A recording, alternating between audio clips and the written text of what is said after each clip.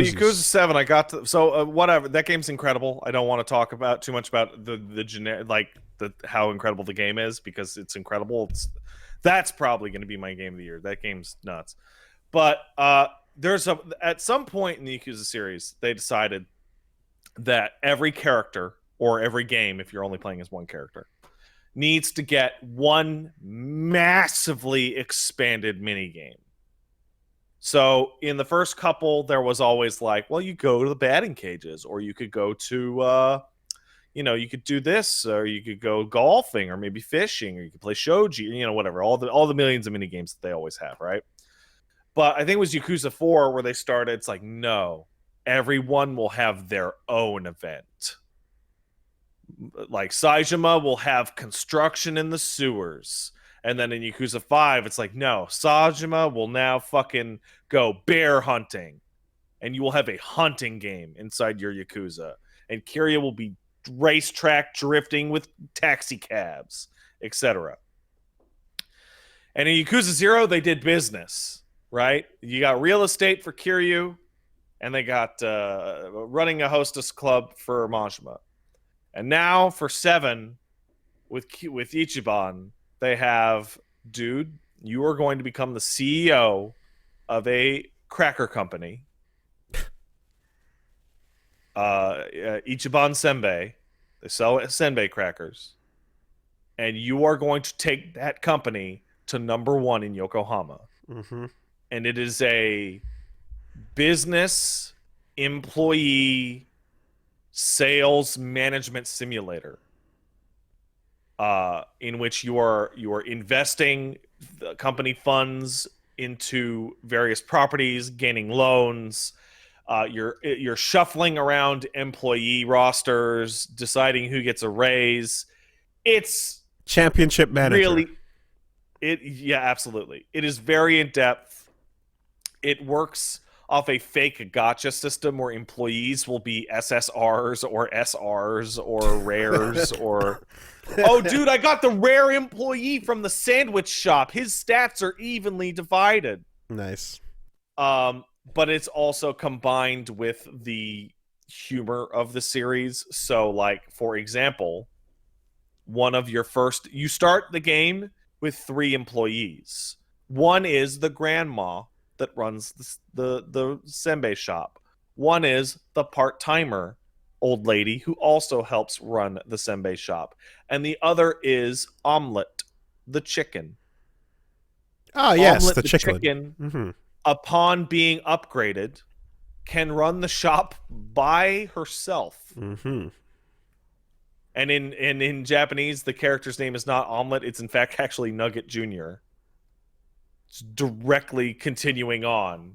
And in storyline meetings, Omelette sits at the table and the camera will zoom in on her going bagok as she engages in the conversation. Because of course she does. Well, she's a valued member of the staff. So when this is the canon world that the game takes place in, like, what is even the point of your main character hallucinating his Dragon Quest adventures? I think the idea is that in the world of Yakuza, a guy hallucinating Dragon Quest adventures is not that outlandish after all, right? It doesn't need to go that far, so that's why everyone can just kind of hang with it. Mm-hmm. So you do all this, and then you go through your business periods, which culminate in shareholder meetings, which require you to meet shareholder arguments and then blast them with counter arguments until they're happy and giant hearts fly out of them. And if you're doing poorly in your shareholder meeting, a meter is building up, and it can go from 1, 2 to 3, which are progressive levels of you groveling at the shareholders' feet, with the ultimate move being the full bow down and going, "We are very sorry for your inconvenience." Dude, I'm just like, I can't ever escape those Iwata versus the shareholder transcripts, man. Oh yeah, no, that's what it is. That's what it is. Fucking And you know what you're doing, Woolie? People are saying, I don't think you're doing enough to push this business forward. And then you get your chicken, which is a blue type, to counter their argument with Bagok. And the shareholder goes, oh, that's great. I love, yeah, that's good meeting. It's incredible. Okay. Beautiful.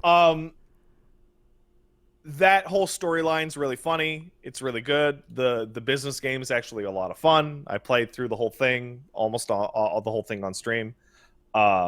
It's just a really great mini game. But the most interesting thing about it is that all of these, like, business games, or however you would call them in these, take place in what I'm calling the business dimension. Because engaging with them once is mandatory. Engaging with them ever again is not. And Yakuza 7 has by far the weirdest problem, because for much of the early game in Yakuza 7, you are homeless or just barely not homeless. And when you go and completely max out this minigame, you go from a story cutscene in which you are sitting in a $100 million company building with a view of downtown Yokohama's Ferris wheel, and you are dealing with hundreds of billions of yen a day. You are getting a 3 million yen bonus per shareholder meeting. And then at the end of the day, you look at Namba, who is covered in piss rags, and go, all right, dude, let's go back to our one-room shack above the whorehouse and eat ramen. And this is all a side quest. Oh, yeah, it's a side quest. And none of that shit matters because it takes place in the business dimension. And yeah, you're not, it's not the main story, so whatever. Because it could have not happened. All right. And on top of this, it gets extra crazy because that business side game, upon completion, gives you a character, a party member. A really, really good party member. She's an office clerk, which in the Yakuza 7 mentality translates into ninja. Okay. Because she throws office thumbtacks like throwing stars and hits people with senbei crackers as if they were shuriken, etc. And I am working on upgrading her ruler to a super high frequency ruler. And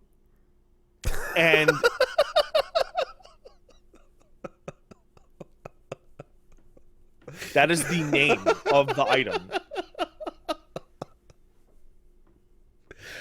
All right, man, like HF, like any object is just like it's so stupid. That's so specific too, because it's a straight pull. That's fantastic. That's great. That's great. And here's where it gets really wild. So Aerie is a great party member. I really like her character. I did all of her S-Link stuff. She's probably the strongest party member. And she hangs out with my party, and she even has like those little conversations where you walk next to a camera store, and then your party members talk, yada yada. But because she was acquired from the business dimension, as soon as a real cutscene starts up, she disappears and is not part of the story at all. And it's so weird. There's a part of the story where my guys were all kidnapped by the Chinese and we're all being hung up by chains, and we're like, oh man, are we going to get tortured to death? And all I can think of is like, well, good thing Aerie's not here. She can call the Cracker Company and get, oh no, wait, that character's not real. That character doesn't exist. I mean, clearly this is not every side quest, but like, are there other full-on enterprise side? No, this is the one. Okay, and every game, and you were saying before that every game has one that is like a side gig. Now, because this is an RPG, you get a party member out of it, where otherwise you would get money or moves or a gun, right? So Guns, not having those really? things. Okay. Yeah. Whereas this, it's so baffling. It's so weird.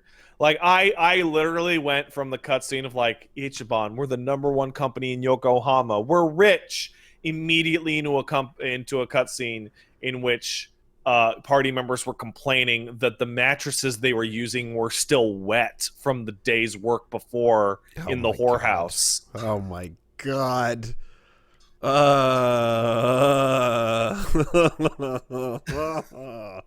Okay. All right. All right.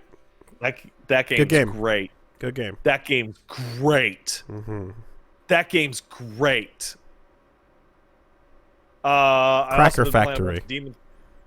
Well, it's the senbei shop, but it it is a cracker. Senbei's a rice cracker. Is it So a yes, cracker for entertaining people?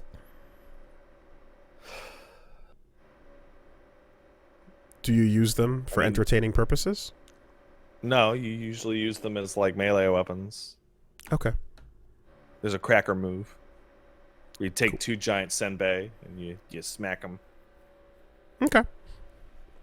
You also get Omelet as a healing summon, where Omelet I will think show I've up seen that cutscene actually. and Yeah. sprint an infinity symbol on the floor and then fire an egg at you that you will then eat to heal the party. Because I mean, It's a bit fucked up naming a chicken after food in both circumstances, but yeah, it's a little fucky. It's a little. but clearly, like they're like, if they're not going with nugget, we're going with some other version. Well, of... I mean, remember, this is a culture that has a rice bowl called the mother and daughter fucking bowl, we talked about which it like is a week nightmare. ago. Which is a horrible nightmare food. Yeah, the chicken omelet. We ended on a chicken omelet a week or two ago. Yeah. I don't want it. Excuse me 1 second. What are you eating? Oh boy. What are you eating? Oh boy. What are you eating? Are you eating hair? Well, anyway, yeah, what came first, the chicken or the egg? Well, how about both? You can put them together and conceptually realize what you're actually consuming, and think about it for a second. Damn.